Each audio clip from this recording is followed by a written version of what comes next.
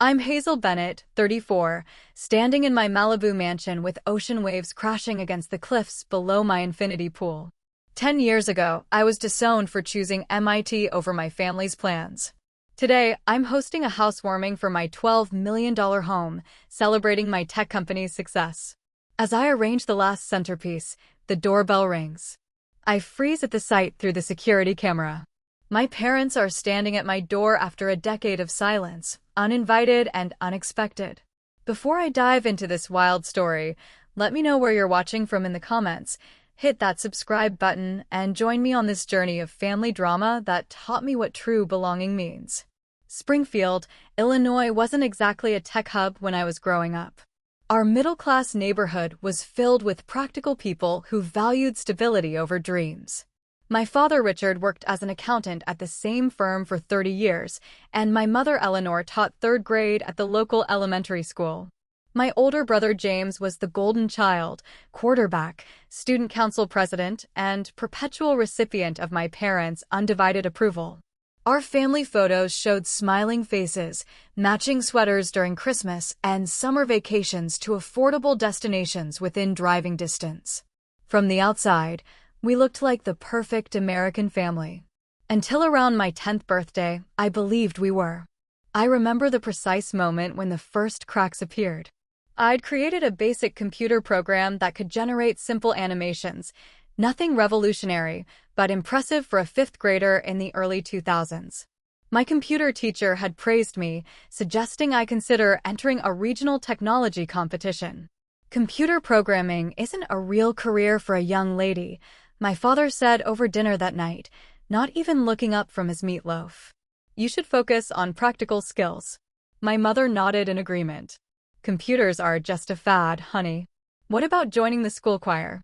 Your cousin Rebecca is getting solos now. I looked at my brother for support, but James just shrugged, unwilling to use any of his parental goodwill on my behalf.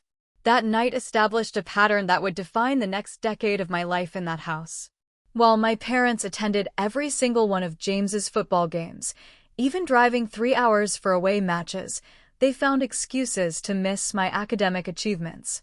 When I was 12, I created a database program that the school librarian actually implemented. My parents said they were too busy to come to the recognition ceremony. When my science project on early facial recognition algorithms won first place at the state competition, they claimed car trouble prevented them from attending. It just doesn't make sense to encourage these computer fantasies, my mother explained to our neighbor loud enough for me to hear. She needs to focus on realistic goals. The 8th grade science fair remains particularly vivid in my memory. I'd spent months developing a rudimentary app that could identify constellations when pointed at the night sky. Teachers were impressed. A local software developer even offered me a summer internship, which my parents later refused to let me accept. As I stood beside my display, waiting for the judges, I kept glancing at the entrance. My parents had promised to come. They had explicitly said they would be there. James had a basketball practice, but they assured me they would make it to my event instead. I waited for 3 hours. They never showed up. My project won the grand prize, and I accepted the trophy with a forced smile while scanning the empty audience seats.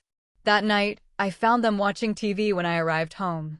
"Oh, was that today?" my mother asked, not taking her eyes off her show. "Your father had to work late, and I had a migraine. Did anything interesting happen?"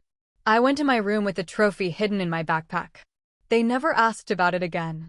My grandmother Agnes was the one bright spot during those years. Unlike her daughter, my mother, Grandma Agnes saw potential in my interest in technology. During Sunday visits to her small apartment, she would let me use her computer without time limits. She even bought me programming books with money from her pension. "The world is changing, Hazelnut," she'd say, using her special nickname for me. "Don't let anyone clip your wings. Especially not family who should be helping you soar." When I was 16, Grandma Agnes died unexpectedly from a stroke. The last conversation we had was about MIT, her dream for me. "Apply there when the time comes," she'd said. "Promise me you won't settle for less than you deserve." I lost more than a grandmother that day. I lost my only ally, my only family member who believed in me. The tension at home intensified after her death. Without her buffer, my parents' criticism became more direct, more constant. My academic achievements were minimized, my technological interests mocked, my growing ambitions dismissed as unrealistic. High school became a countdown to escape.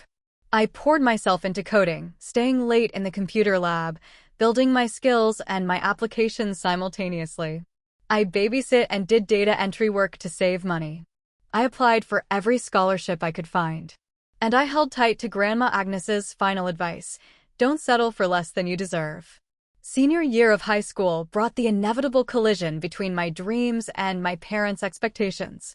I applied to colleges in secret, using the guidance counselor's office to submit applications. When the acceptance letters started arriving, I couldn't hide them any longer.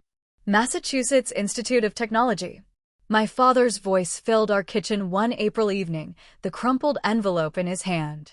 He'd been checking the mail when I got home from school. You applied without discussing this with us. My mother sat down heavily at the kitchen table. MIT is across the country. It costs a fortune. We always planned for you to attend state, live at home, save money. I got a partial scholarship, I explained, trying to keep my voice steady. And I can take out loans for the rest. This is MIT. It's the best tech school in the country. Loans? My father's face reddened. Absolutely not. No daughter of mine is starting adult life in debt for some computer degree that won't pay off. I'd expected this reaction, but the reality of it still stung. The average starting salary for MIT computer science graduates is over $80,000. I could pay back loans quickly. This isn't about money, Hazel, my mother interjected. It's about family. We need you here. State has a perfectly adequate computer program if you're still set on that path. The argument lasted for hours, then days, then weeks. Every conversation circled back to the same points. They had a vision for my life: local college, living at home, eventually finding a job nearby, settling down with someone from our community. My vision couldn't have been more different. The ultimatum came on a Sunday night in May. My father called a family meeting in our living room. James was conspicuously absent, having already left for a pre-college football training camp. We've thought about this carefully, my father began, sitting stiffly beside my mother on the couch. If you choose to go to Boston, you're choosing to break this family apart. We won't support that decision financially or emotionally. My mother's eyes were red, but her voice was firm. If you go to MIT, don't plan on coming home for holidays. Don't expect us at your graduation. You'll be on your own, Hazel. So, you're disowning me for wanting education? I asked, disbelief making my voice shake. We're asking you to respect our family values, my father corrected. The choice is yours. That night, I sat alone in my bedroom staring at the MIT acceptance letter and the modest scholarship offer. The choice wasn't really a choice at all. I could surrender my dreams to maintain family harmony, or I could pursue my passion and lose my family. The next morning, I sent my acceptance to MIT and my housing deposit. When I told my parents at dinner, my mother cried silently while my father stated flatly that I had made my choice and would have to live with the consequences. The following months were a slow, painful severing of ties. My parents spoke to me only when necessary, watching with detached interest as I packed for college. No goodbye party was planned, no shopping trips for dorm supplies occurred. I used my own savings to buy the essentials. On move-in day at MIT, my father dropped me at the airport with minimal conversation. I hope you know what you're doing, were his parting words. That first semester was harder than I had anticipated. While other freshmen called home with updates or complaints, I maintained my isolation. Thanksgiving break was particularly difficult. The dorms emptied out while I remained, one of the few students with nowhere to go. My roommate Jasmine noticed my situation and invited me to her family's home in Connecticut for Christmas break. No one should be alone during the holidays, she insisted. Her family welcomed me warmly, no questions asked about my situation. It was my first glimpse of what unconditional support could look like. I spent the summer after freshman year working an internship at a small tech startup in Cambridge. The pay was minimal, but it allowed me to avoid returning to Springfield. I sent a brief email to my parents with my summer plans. My father's response was terse: if you're not coming home now, Don't bother coming back at all. You've made your choice clear. Those words solidified the break. I didn't respond, and they didn't write again. My graduation from MIT 4 years later took place on a brilliantly sunny day in Cambridge. As I sat among my peers in cap and gown, I couldn't help scanning the audience, harboring a small hope that my family might have had a change of heart. They hadn't. No familiar faces appeared in the crowd. Instead, a small group of friends cheered loudly when my name was called. Jasmine and her parents had come, along with 3 other close friends who had become my chosen family during those transformative years. We celebrated afterward with champagne and promises to stay connected despite our scattered job placements. When the HR representative at Techno Solutions in San Francisco called with a job offer the following week, I accepted immediately. The starting salary exceeded even my optimistic projections, and the distance from Illinois felt appropriate. It was time to build something new. San Francisco greeted me with fog and possibility in equal measure. My first apartment was a studio in the Tenderloin district, not the safest neighborhood, but the only place my entry-level salary could afford in the expensive city. The space was barely 400 square feet with a hot plate instead of a proper kitchen, but it was mine. Independence had a smell, a mixture of must, paint, and potential. My position as a junior software developer at Techno Solutions threw me into the deep end of Silicon Valley's notoriously male-dominated tech culture. In my department of 30 developers, only 3 were women. Comments ranged from merely annoying, "Did you get lost on the way to HR?" to blatantly undermining, "Let me explain this again in simpler terms." Rather than becoming discouraged, I channeled my frustration into performance. I worked longer hours, solved problems more efficiently, and volunteered for the challenging projects no one else wanted. 6 months in, I was assigned to a major client project after the original lead developer quit unexpectedly. "Don't screw this up, Bennett," my manager warned. "This client pays our bills." I didn't screw it up. The client was so impressed with my solution that they specifically requested me for their next project. My salary increased, and I moved to a slightly better apartment in the Mission District, still small, but with an actual stove and windows that opened. The real turning point came when I met Sarah Williams at a Women in Tech Mixer. 20 years my senior, Sarah had pioneered software development when the barriers for women were even higher. She took an interest in my work and eventually became the mentor I desperately needed. "You're good, Hazel," she told me over coffee one morning. "Better than good. But you're playing by their rules. Have you considered creating your own?" With Sarah's guidance, I began developing my own app on evenings and weekends, a privacy-focused social platform that would eventually become reconnect. The concept was innovative enough to attract attention from smaller investors, allowing me to leave Techno Solutions after 2 years to focus on my creation. By my 24th birthday, the app had gained enough traction to generate real revenue. For the first time since leaving home, I had financial stability beyond mere survival. My new apartment had 2 bedrooms and a view of the Golden Gate Bridge on clear days. I bought new furniture.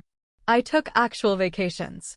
With this newfound security, I made an attempt to reconnect with my family. I sent a check for $5,000 home with a brief note, "Thought you might like to take a vacation. Things are going well here. Hazel." 2 weeks later, the envelope returned unopened, with "Return to sender" scrawled across it in my father's handwriting. Inside, I found my check torn in half and a note, "We don't need your money. Stop showing off." The rejection stung more than I expected. Despite everything, some childish part of me had hoped that success might bridge the gap they had created. I was wrong. Through a distant cousin's social media post, I discovered that my family had held a reunion that summer at my uncle's lake house.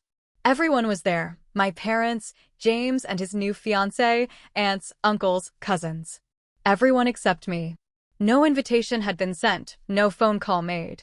This pattern continued year after year. Holiday gatherings I learned about through secondhand sources. My brother's wedding, to which I received no invitation. When I called James to ask why, his response was telling. "Mom and Dad wouldn't be comfortable with you there, Hazel.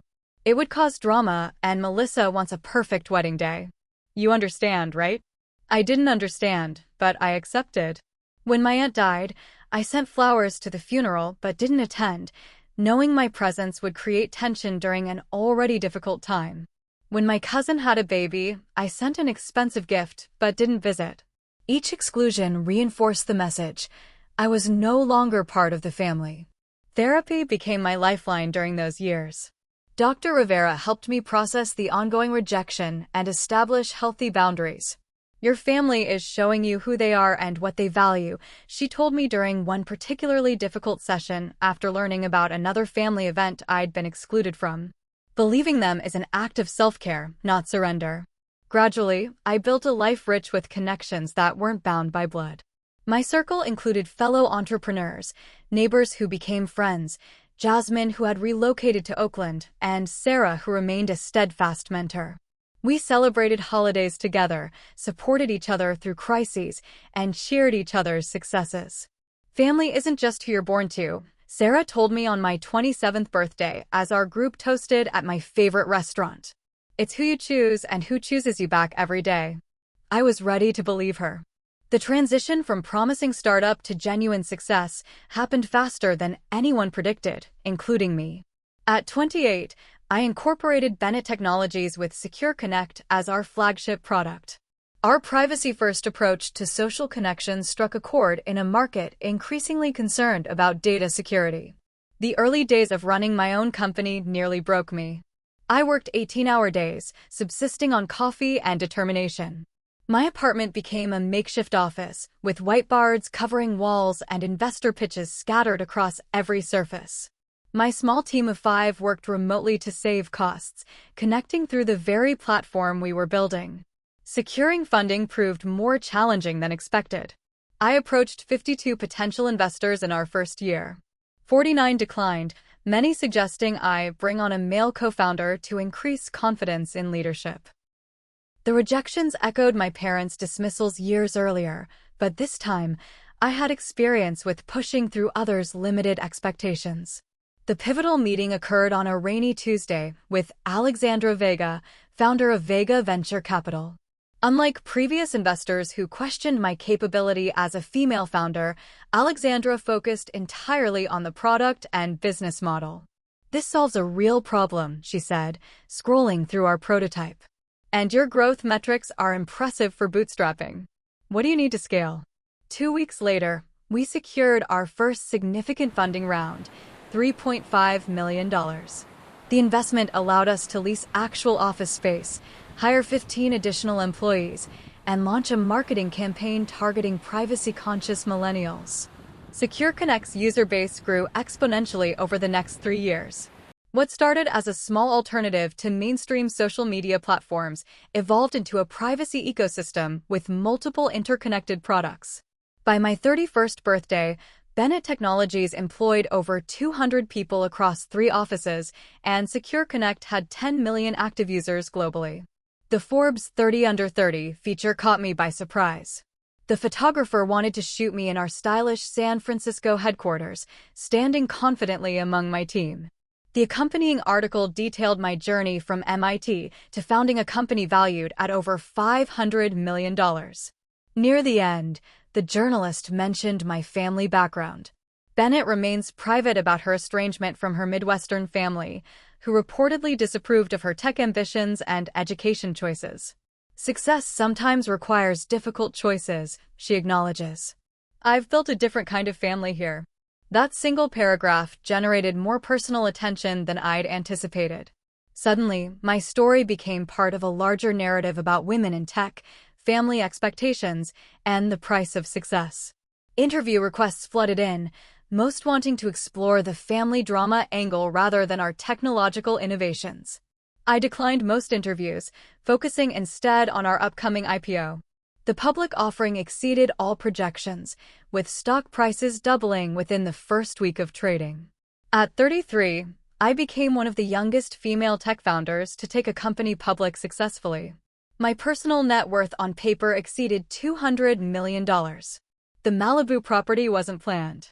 I had visited a friend's beach house for a weekend getaway and fell in love with the coastline, the privacy, the sense of peace that washed over me with each wave. When my real estate agent called about a clifftop property becoming available, I viewed it the same day. The house needed significant renovation. Its 1970s architecture was dated, and the previous owner had neglected maintenance. But the location was unparalleled: 3 acres of oceanfront property with panoramic views and complete privacy. I purchased it for $8.2 million and invested another $4 million in renovations. Every design decision was intentional. The floor-to-ceiling windows facing the ocean represented transparency. The open floor plan embodied the connection I valued. The multiple guest rooms were for the chosen family I'd built. Each art piece was selected for its meaning rather than its value. This wasn't just an expensive house, it was a physical manifestation of everything I'd built from the ruins of rejection. The housewarming party planning began 3 months before completion. I curated the guest list carefully: colleagues who had become friends, my original team from the startup days, Sarah and her husband, Jasmine and her partner, neighbors from my first apartment building who had looked out for me, former professors who had encouraged my vision. Noticeably absent was any blood relation. I had considered inviting James, wondering if time and distance might have softened his allegiance to our parents' position. But his consistent pattern of exclusion had made the decision for me. This celebration was for people who had shown up, not those who had chosen to stay away. A week before the party, I gave a brief interview to Tech Innovator magazine about Bennett Technologies' latest security protocol. The conversation inevitably turned personal when the journalist noticed the moving boxes in my office. "I'm relocating to a place by the ocean," I explained. "A fresh start. Any family helping with the move?" she asked casually. My response was unplanned but honest. Family isn't always here born to. I've found mine along the way. They're the ones who show up when it matters. The quote went viral across tech platforms. 3 days later, I received a cryptic message from a former Springfield neighbor. "Saw your interview. Just a heads up, your parents were discussing it at the grocery store. They seemed very interested in your new house." I dismissed the warning. After a decade of complete disconnection, why would they care now? The morning of my housewarming began with perfect Southern California sunshine. The caterers arrived at noon, the florist at 1. I spent the early hours walking through each room, still amazed that this place was mine. Not just financially, but spiritually, every corner reflected my journey and values. The main floor featured an open-concept design where the kitchen, dining area, and living room flowed into one another, all facing the Pacific through 20-foot glass walls. The infinity pool seemed to merge with the ocean horizon beyond the cliff. My home office, a light-filled space with built-in technology throughout, connected to a meditation room where nothing digital was allowed. On the mantel of the main fireplace sat the only object from my childhood, a small crystal paperweight my grandmother Agnes had given me for my 16th birthday. "To hold down your important papers when you're running that company of yours someday," she had said. It was positioned so the afternoon sun would hit it, casting rainbow reflections across the room. At precisely 3:07 p.m., 3 hours before guests were scheduled to arrive, the security system announced a visitor at the gate. Checking the camera feed on my phone, I froze. Standing at my entrance were 2 people I hadn't seen in 10 years, but would recognize anywhere: my parents. My father, Richard, looked older, his formerly dark hair now completely gray, his posture slightly stooped. My mother, Eleanor, had gained weight, her face fuller than I remembered. They were dressed formally, my father in a suit that seemed slightly too large, my mother in a floral dress I didn't recognize. My finger hovered over the intercom button for several seconds before I pressed it. "Hello, Hazel? It's your parents." My father's voice sounded uncertain, nothing like the authoritative tone that had dominated my childhood. I considered refusing entry, considered pretending I wasn't home. Instead, I pressed the gate release. "Drive up to the house." The 5 minutes it took them to navigate my long driveway gave me time to compose myself. I straightened my casual linen dress, ran fingers through my hair, and took several deep breaths. This was my home, my territory. I would not be unsettled here. I opened the front door as their modest sedan, the same one they'd had when I left home, pulled into the circular driveway. They emerged slowly, taking in the scale of the house, the ocean view, the obvious display of success that couldn't be dismissed or minimized. Hazel. My mother spoke first, her voice wavering slightly. You look well. Thank you, I replied, not returning the compliment. This is unexpected. My father cleared his throat. We were in Los Angeles for a retirement conference. We saw your interview and realized we were nearby. The explanation was plausible but felt incomplete. Los Angeles was still an hour's drive from my Malibu property without traffic. This wasn't a casual detour. Would you like to come in? I asked, the politeness ingrained from childhood overriding my hesitation. They followed me into the house, their footsteps echoing on the marble floor of the entryway. My mother audibly gasped as we entered the main living area with its panoramic ocean view. My father's eyes darted around, seemingly calculating the cost of everything he saw. Can I offer you something to drink? Water? Coffee? The mundane question felt surreal under the circumstances.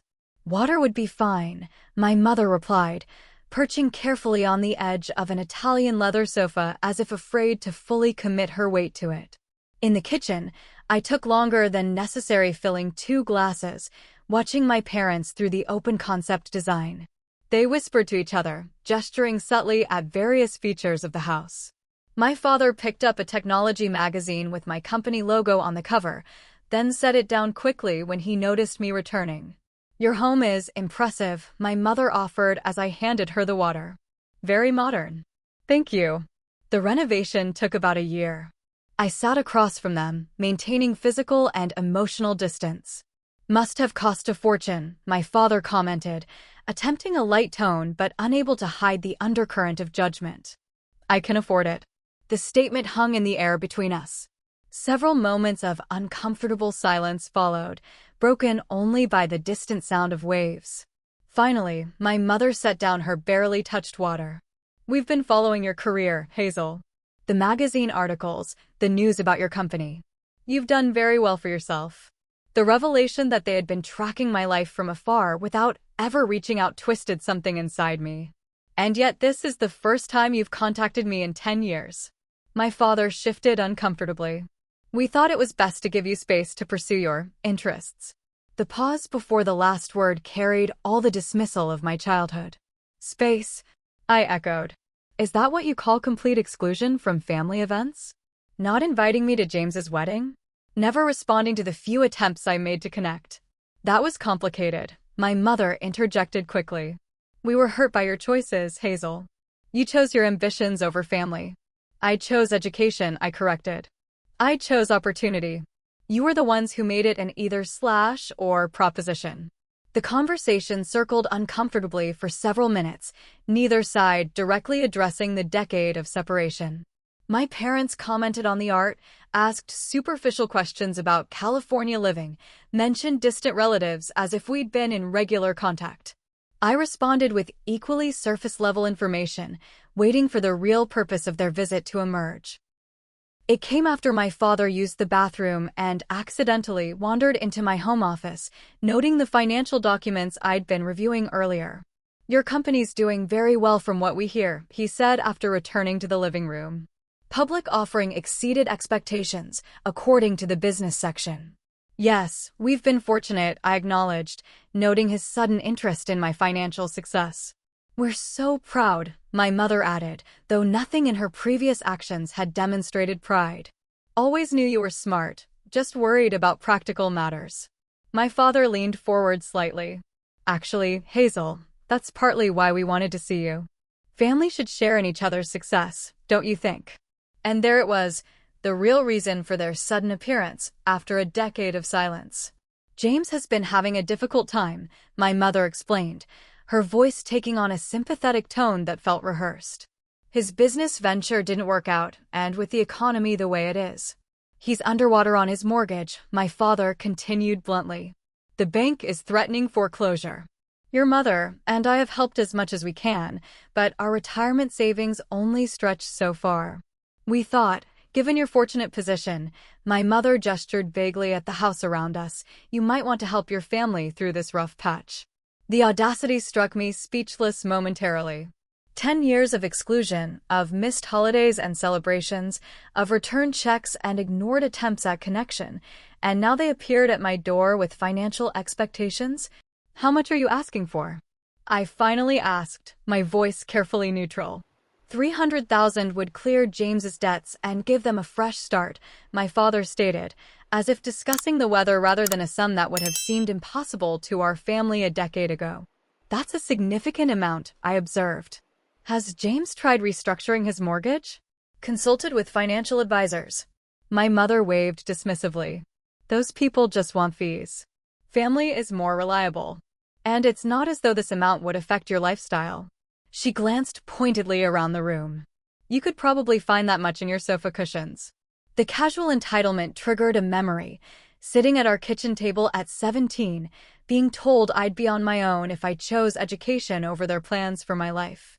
The family reunion is next month, my father added, as if this information might incentivize me. Everyone will be at Uncle Robert's lake house again. James will be announcing Melissa's pregnancy. It would be a good time to reconnect. Am I being invited to this reunion? I asked directly. My parents exchanged a quick glance. Well, we thought we'd see how this visit went first, my mother hedged. Some family members might need time to adjust to your return. So I'm still excluded from family events, I clarified, but you'd like access to my financial resources. That's not fair, Hazel. My father's voice took on the stern tone I remembered from childhood. Family is complicated. You chose to leave. I chose education, I repeated firmly. You chose exclusion. My mother's expression hardened slightly. Well, regardless of past misunderstandings, we're here now. And this house, she looked around again, it's certainly large enough for family gatherings in the future. The cousins would love the pool, and that guest house would be perfect for your father and me when we visit.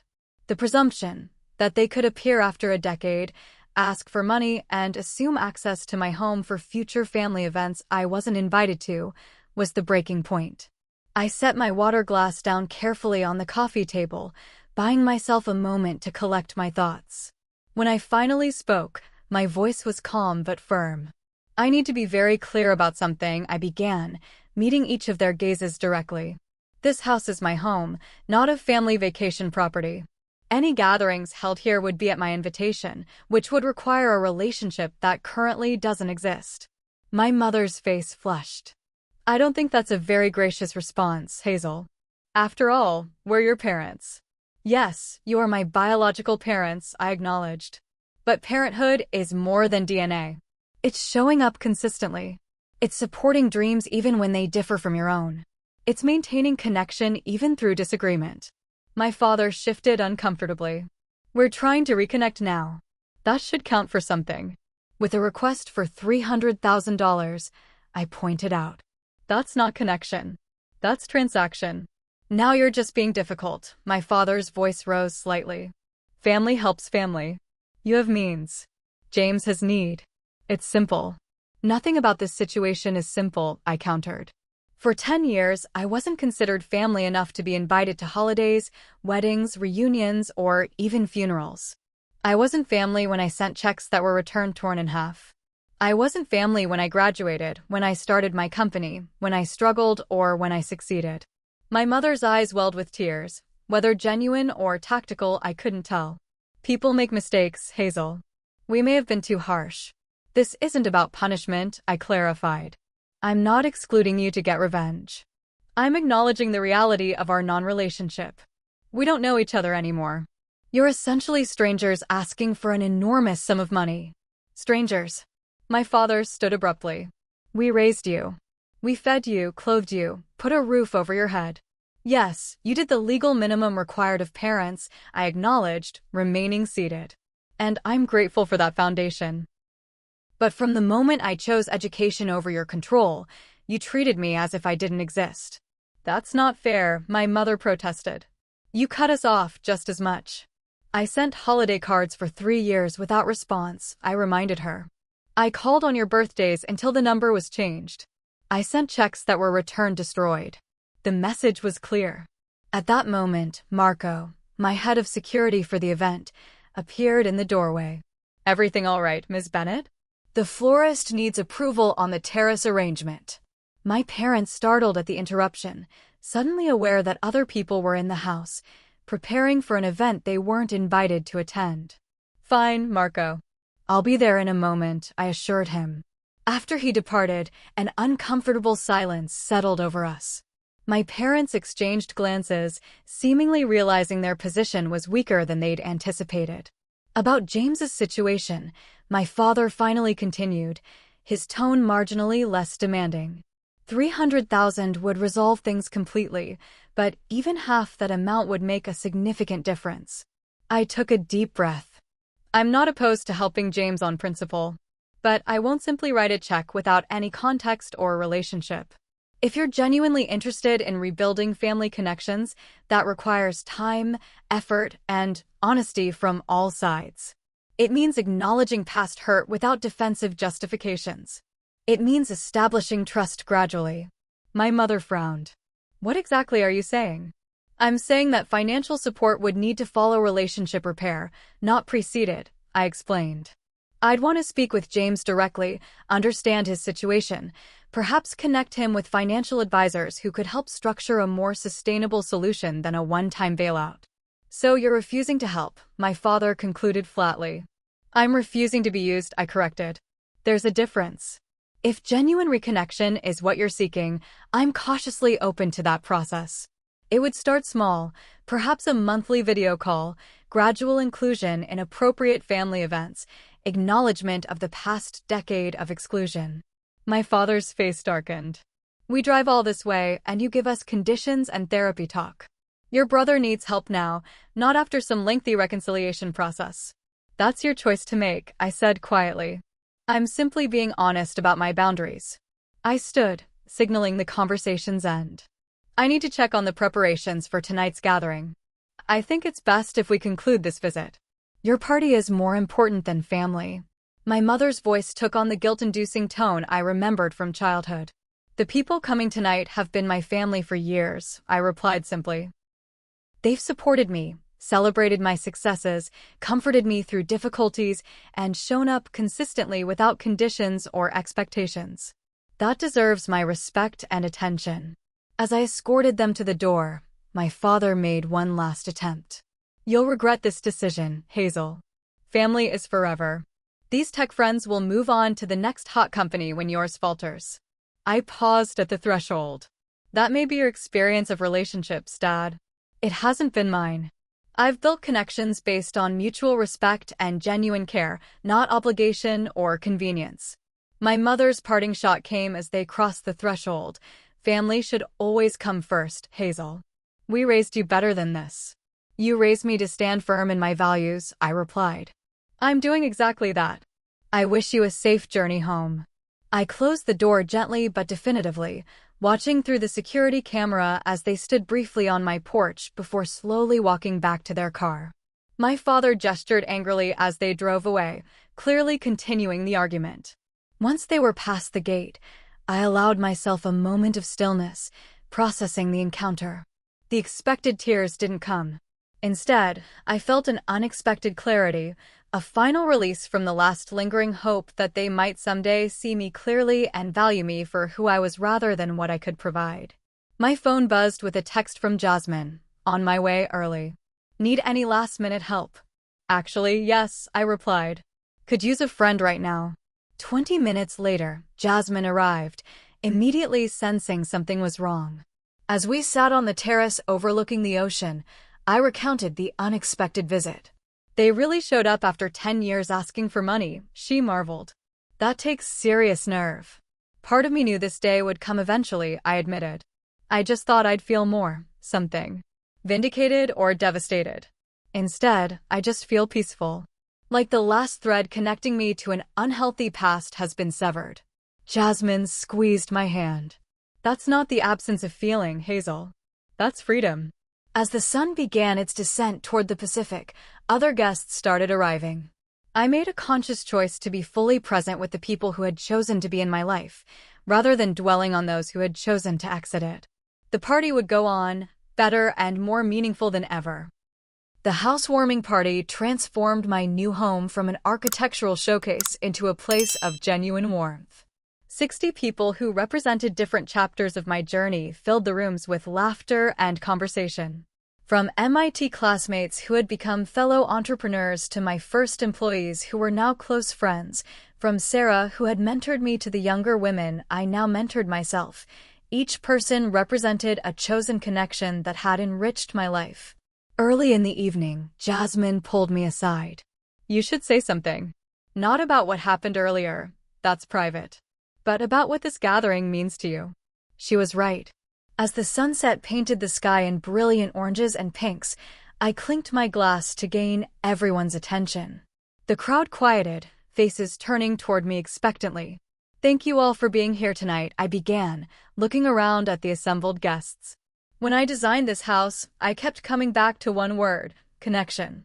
The open spaces, the walls of glass, the way each room flows into the next, it's all about removing barriers." I paused, gathering my thoughts. Some of you have been with me since the beginning, when Secure Connect was just an idea sketched on napkins. Others I've met more recently. But each of you shares something essential. You chose to be part of my journey, and I chose to be part of yours. My eyes found Sarah in the crowd, her approving smile encouraging me to continue. I learned something vital along the way. Family isn't defined by blood. It's defined by showing up, in celebrations and in crises, in triumphs and in failures. It's defined by people who see you clearly and value you completely. I raised my glass. This house isn't impressive because of its price tag or its view. It's meaningful because it can hold all of you, my chosen family, to connections that elevate rather than constrain. May we continue to build them together. The toast resonated in a way I hadn't anticipated. Throughout the evening, guests approached with their own stories of chosen family, of relationships that transcended traditional definitions. My personal experience, it seemed, touched a universal need for authentic connection. The party continued until well past midnight. When the last guest departed, I walked through the quiet rooms, now truly my own in every sense. The house had been christened not with my parents' conditional acceptance, but with the genuine warmth of people who had proven their commitment over time. The following morning, I sat on my oceanside terrace with coffee, watching dolphins play in the distance. The encounter with my parents felt like a necessary closing of a chapter rather than an ongoing wound. For years, I had carried the pain of their rejection like a heavy stone. Now, finally, I could set it down. That afternoon, I called my financial advisor and attorney. Together, we established the Bennett Educational Foundation with an initial endowment of $5 million. Its mission, to provide scholarships, mentoring, and support for tech students who lacked family backing. The first program would specifically target students who faced family estrangement due to their educational or career choices. This isn't about revenge, I explained to my attorney when he questioned the specific focus. It's about creating meaning from experience. No one should have to choose between education and family belonging. 2 days later, I had my regular session with Dr. Rivera. We had scaled back our meetings from weekly to monthly as my healing progressed, but this particular conversation felt essential. They showed up exactly as they always were, I explained, describing the encounter. Conditional, transactional, focused on appearances. "And how did that make you feel?" she asked, the familiar question carrying new weight. "Surprisingly peaceful," I admitted. Like the final confirmation that the problem was never me. I didn't fail at being a daughter. They failed at unconditional love. Dr. Rivera nodded. "That's a powerful realization. Does it change what you want moving forward?" I considered the question carefully. "I think it solidifies what I've been moving toward already. I'm not closing the door permanently on any relationship with my family of origin. But I'm also not actively pursuing it or making space for it in my life unless it's healthy. My energy belongs with connections that are mutually nurturing." A week after the confrontation, an unexpected email arrived from James. The subject line read simply, "I'm sorry." The message was brief, but seemed genuine. "Hazel, Mom and Dad told me about visiting your home. Their version doesn't add up, knowing them. I should have reached out years ago. My financial problems are my responsibility, not yours. If you're willing, I'd like to talk sometime. No agenda, no requests. Just reconnecting as siblings. James. I sat with the email for a day before responding. James, I appreciate your message. I'm cautiously open to conversation. Perhaps a video call next week is a starting point? Hazel. We scheduled a call for the following Thursday. I had no illusions about instant reconciliation or the complexity of rebuilding a sibling relationship that had been dormant for a decade. But the acknowledgement of responsibility felt like a genuine first step, not a tactical maneuver. As for my parents, I maintained my boundary. I would not reach out first, nor would I accept a relationship predicated on financial expectations or superficial performances of family without the emotional substance to support it. Dr. Rivera had once told me, boundaries aren't about punishing others. They're about honoring yourself. Finally, at 34, I understood this truth completely. The sun set over the Pacific, casting golden light across my terrace. The home I had created represented not just financial success, but emotional achievement, the ability to build a life aligned with my values, populated with relationships that nourished rather than depleted. 10 years ago, I had been excluded from family gatherings for choosing education over limitation. Today, I hosted gatherings that celebrated growth, authenticity, and chosen connection. The journey had been painful, but the destination was worth every step. Family, I had learned, wasn't about who you were born to. It was about who saw your light and helped it shine brighter. It wasn't about obligation, but about choice, renewed daily through actions rather than claimed through genetic links.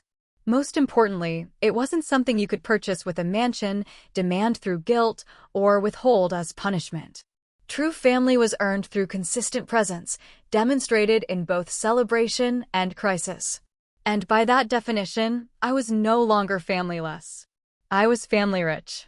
If you've ever had to make difficult choices for your own growth or struggled with family expectations that felt like limitations, I hope my story reminds you that you're not alone. Sometimes the hardest paths lead to the most beautiful views. I'd love to hear about your experiences in the comments below. Have you ever had to choose between following your dreams and meeting others' expectations? How did you navigate that challenge? Don't forget to subscribe for more stories about finding strength in difficult times, and hit that like button if this journey resonated with you. Thank you for being part of my chosen family of viewers. Your support means more than you know.